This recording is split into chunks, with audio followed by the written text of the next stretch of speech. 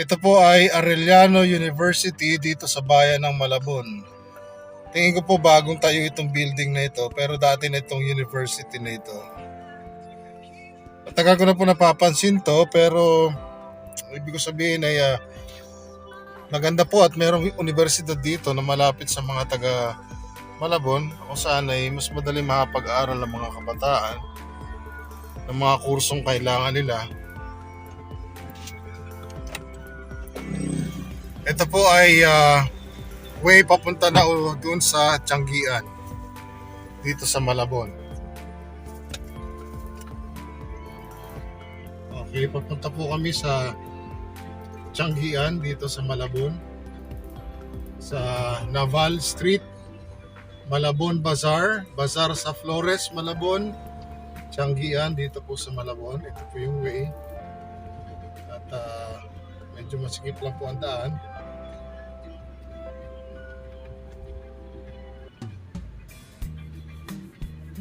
Makikita natin na itong bayan po ng Malabon, sa setup niya ay napakasimple. Ito po yung isa sa mga unang bayan ng ating bansang Pilipinas dito sa Metro Manila.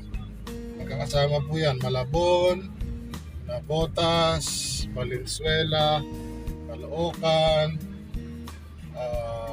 bayan ng Pasig, siyempre po Maynila. Yan ang una-una. Pero kami po ay dadaan muna dito sa may tindahan ng mga buko. Kasi mukhang maganda po yung mga buko nila. Ayun, natatanaw ko na. Tansya ko, mura po dito ang buko. Parang ang dinig ko ay 27 pesos. Ayan, paparada na po ako para po maka-jackpot ng buko. Sandali lang.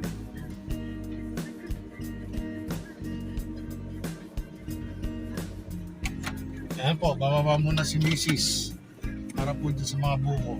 Salamat po. Paliko po kami dito sa kantong ito.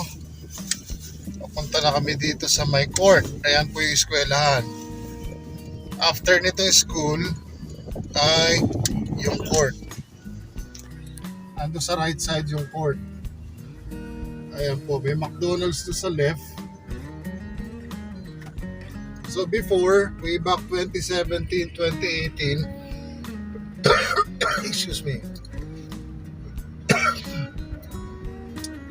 right here at the court is the original place. Inabot namin na ayan, sa right side yung court. Yung may waiting shed na yon.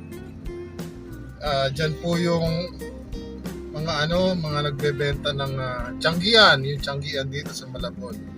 Every weekends po yan, Saturday and Sunday. Naging kultura na po yan dito. Tradisyon at kultura ng mga taga Malabon. Actually, hindi lang po mga taga Malabon ang dumadayo dyan eh. Nagbebenta, kahit na po sino na meron kayong binibentang mga ukay-ukay na damit, sapatos. Dito po yung court sa right side. Ayan yung court. Yes, ayan po yun.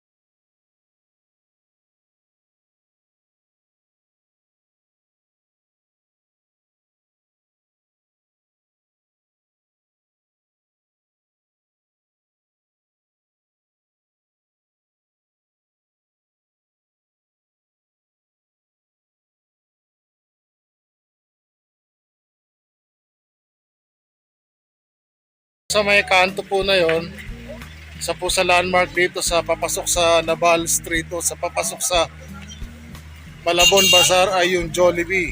Ayan po yung kanto. Tapos ang katapat po ng Jollibee, yung blue na bubong na yon ay yung Panghulo o Hulong Duhat Market. Ayun po yun. Ayun.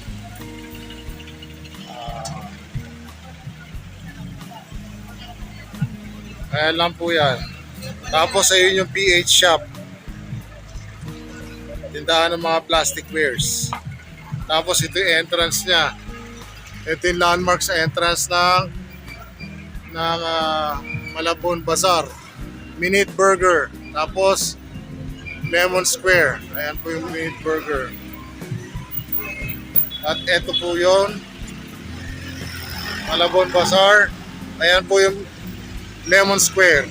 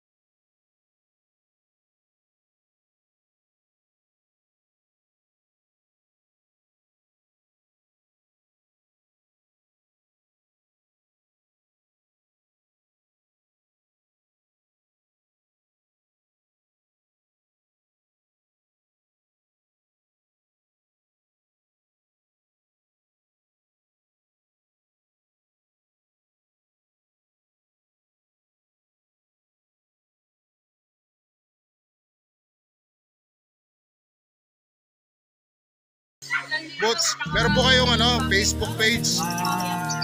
Cellphone number 0928-6048-108.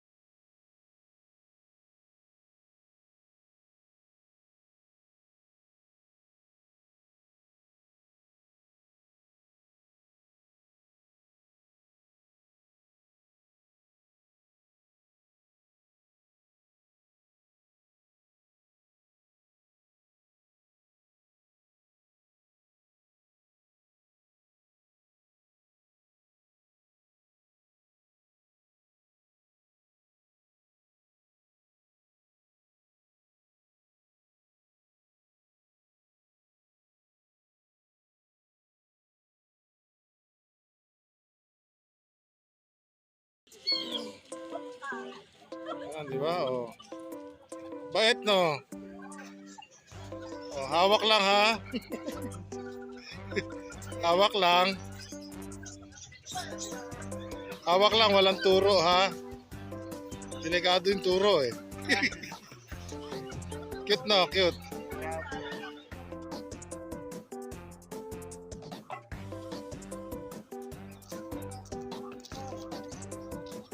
Kaya kahit sabay sila kumakain, hindi sila nag-aaway.